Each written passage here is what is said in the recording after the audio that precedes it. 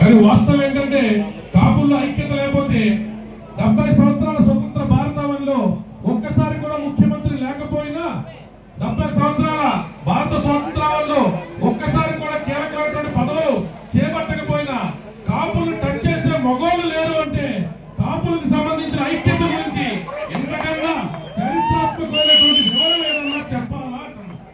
4 సార్లు ముఖ్యమంత్రులు అయిన వాళ్ళు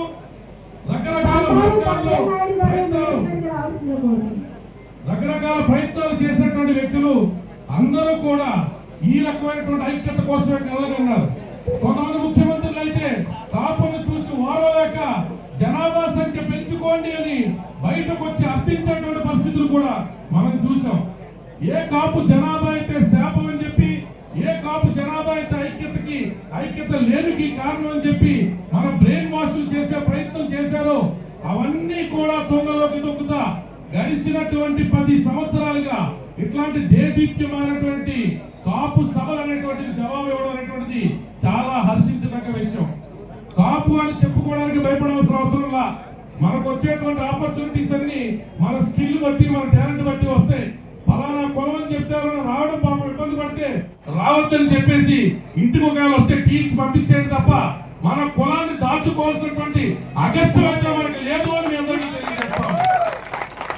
ఓ పక్కన స్పిరిచువల్ రంగంలో జగ్గి వాసుదేవ్ గారు లాంటి వ్యక్తి కోయంబత్తూరులో అంత పెద్ద శివుడికి సంబంధించినటువంటి సంస్థను నెలకొల్పిన ఆయనే డైరెక్ట్ గా వచ్చి నేను బలిజాని చెప్పుకున్నా మనకు ఓన్ చేసుకునేటువంటి పరిస్థితి లేదు అంటే ఎంత కమ్యూనికేషన్ గ్యాప్ మన మధ్య ఉన్నది అని అడుగుతున్నాం.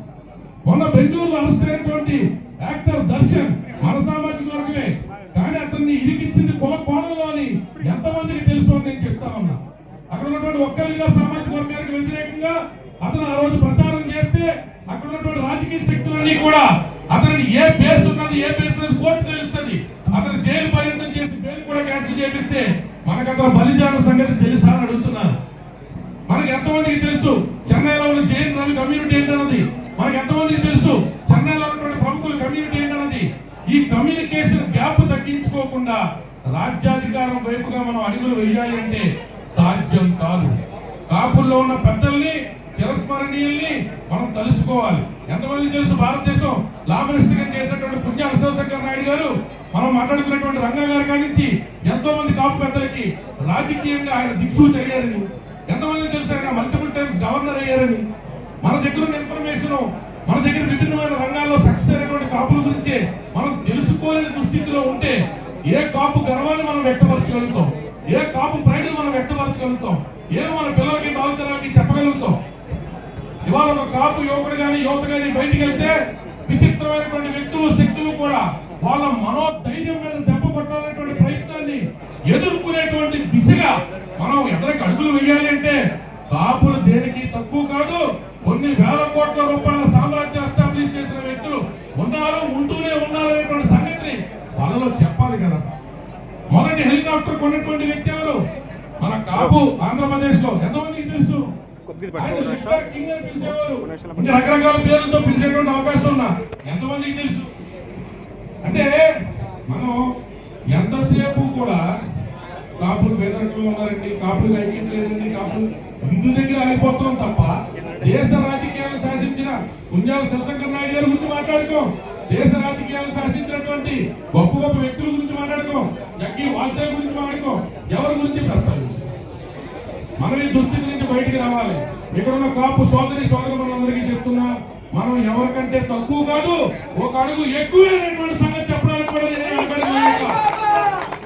కాపు ఉపకులాల నుంచి వచ్చినటువంటి వ్యక్తులు కూడా ఇవాళ రకరకాల టైటిల్స్ పెట్టుకుని నమ్రతగా లౌక్యంగా అవతలైతే అవతలను వెన్నుపోటు పరిస్థితి అడుగుతో గొంతు కోసైనా సరే ఆవేశాన్ని మాత్రం వ్యక్తపరచకుండా తెలివితేటలుగా ఓట్లు వేయించినటువంటి రాజకీయ పందేలలో ఉన్నారు. ఈ రోజు కొన్నిదల పవన్ కళ్యాణ్ అనేటువంటి వ్యక్తి చట్టాన్ని కూడా పగలగొట్టి చూపించాడు. మొట్టమొదటి కాపు ఈ రోజు ప్రభుత్వ కార్యాలయాల్లో ఫోటోలుగా గోడకెక్కారంటే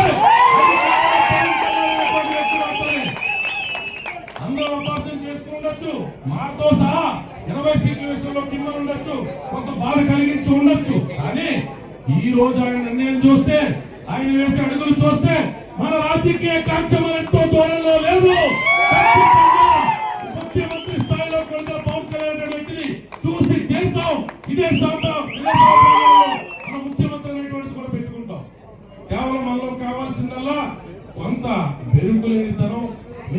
ఏంటండి అంటే తలదించుకోవాల్సిన అవసరంలా మీరు ఎమ్మెల్సీలో ఉంటే చెప్పండి, నా పేరు కళ్యాణ్ దిలీప్ శంకర, క్యాస్ట్ బై నాయుడు, నేను కాపు, మాకు భీమవరం అమ్మడు తోటలు ఆడపడుచు మా నాన్నగారు శుక్రవారం చెప్పండి, ఓపెన్గా రమ్మని చెప్పండి, ఎవరైనా చేయగలుగుతుందని. కొంతమంది వస్తారు, సార్ మీకు చౌదరీస్ అంటే పడదండి కదండి అంటారు. మీరు అలాగొచ్చారండి అభిప్రాయంగా అంటాం. రాధాకృష్ణ తిట్టారండి అంటారు. రాధాకృష్ణ తిట్టారంటే మీకు నా కేసు వేస్తారు, లేకపోతే వెళ్ళిపోండి, ఎవరైనా చేస్తారు దానికి. రాధాకృష్ణ నాకు వ్యక్తిగతమైన గొడవ కాదు. చిరంజీవి గారి కుటుంబాన్ని అన్యాయంగా అకారణంగా ఈ రోజు కూడా పరిగణలో కూడా యూట్యూబ్ ఛానల్లో లంచా కొడుకునేటువంటి పదాలు వాడేటువంటి స్థాయిలో ఉన్నారంటే కాపులు చావు తెచ్చి ఉన్నారా అని అడుగుతున్నాను నేను. చిరంజీవి అనేటువంటి వ్యక్తి ఇంకో రంగంలోకి వెళ్ళినంత అత్యున్నతమైన స్థాయికి రక్తాన్ని చెమటగా మార్చి ఎదిగిన మాట వాస్తవం కాదా? మరొకరు ఎవరైనా చిరంజీవి స్థాయికి ఎగబాగలుగుతారో 100 సంవత్సరాలు అంటున్నా. మన ఐకాన్స్ మనం కాపాడుకుందాం. రాజకీయాలకు అతీతంగా మన ఐకాన్స్ అందరినీ కూడా మనం ఒడిసి పట్టుకుందాం. వాళ్ళ మీద మాట పడనవ్వకుండా మనందరం నిలబడదాం. చిరంజీవి గారు అంటే నాకేంటి, పవన్ కళ్యాణ్ అంటే నాకేంటి అని వదిలేయకూడదు. అట్లాంటి ఐకాన్స్ ఎన్నో వ్యయ ప్రయాసాలు కోర్చి ఆ స్థాయికి వెళ్ళినటువంటి వ్యక్తుల్ని చిన్న చిన్న కీడ పురుగులు పేడ పురుగులు కూడా నోటుకు వచ్చినట్టు మాట్లాడుతున్నాయంటే ఇంతకంటే దుర్మార్గం ఏంటి? మన దాస రాము గారు చాలా నిలబడి ఆయన వ్యయ ప్రయాసాలు కోర్చి లక్ష్మీనాయుడు సోదరుడు మటర్ విషయంలో వెళ్ళి నిలబడితే పనికి మళ్ళీ నా కొడుకు యూట్యూబ్ లో ఇష్టం వచ్చినట్టు మాట్లాడారంటే అంటే కాపులంతా లోకుగా కనపడుతున్నారా? మీ అందరూ ఒక్కసారి మీ మనస్సాక్షిని ప్రశ్నించుకోండి అని అడుగుతున్నా.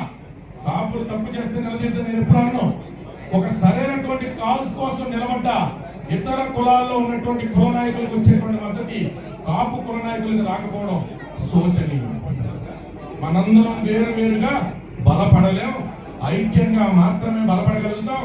ఒకళ్ళ భుజాలు ఒకళ్ళ కాసుకుని మాత్రమే ఎదగలగలుగుతాం. ఎవరి కాళ్ళ యమునా తీరేటువంటి ధోరణి ఎక్కడో కొద్ది శాతం మందికి ఉంటే దయచేసి దాన్ని వదిలేసి అందరం కలిసికట్టుగా మళ్ళీ జన్మంటుంటే కాపుగా పుడతామో లేదు తెలీదు. ఈ జన్మకి సర్వేశ్వరుడు ఇచ్చినటువంటి అదృష్టాన్ని మనం సర్వదా గర్వంగా భావించి 10 మందికి సాయం చేసి కులానికి మంచి పేరు తీసుకొచ్చేటువంటి ప్రయత్నం మనందరం కూడా చేయాలని అంతఃకరణ శుద్ధితో దాన్ని కట్టుబడి ఉండాలని మీ అందరికీ తెలియజేసుకుంటూ ఈ అవకాశం ఇచ్చినటువంటి ఈ సభా ప్రాంగణ కర్తలకి పెద్దలకి ఈ ఈవెంట్ ఆర్గనైజ్ చేసిన వ్యక్తులందరికీ కూడా శిరస్సు వచ్చిన పాదాబంధన తెలియజేస్తూ సెలవు తీసుకుంటాను.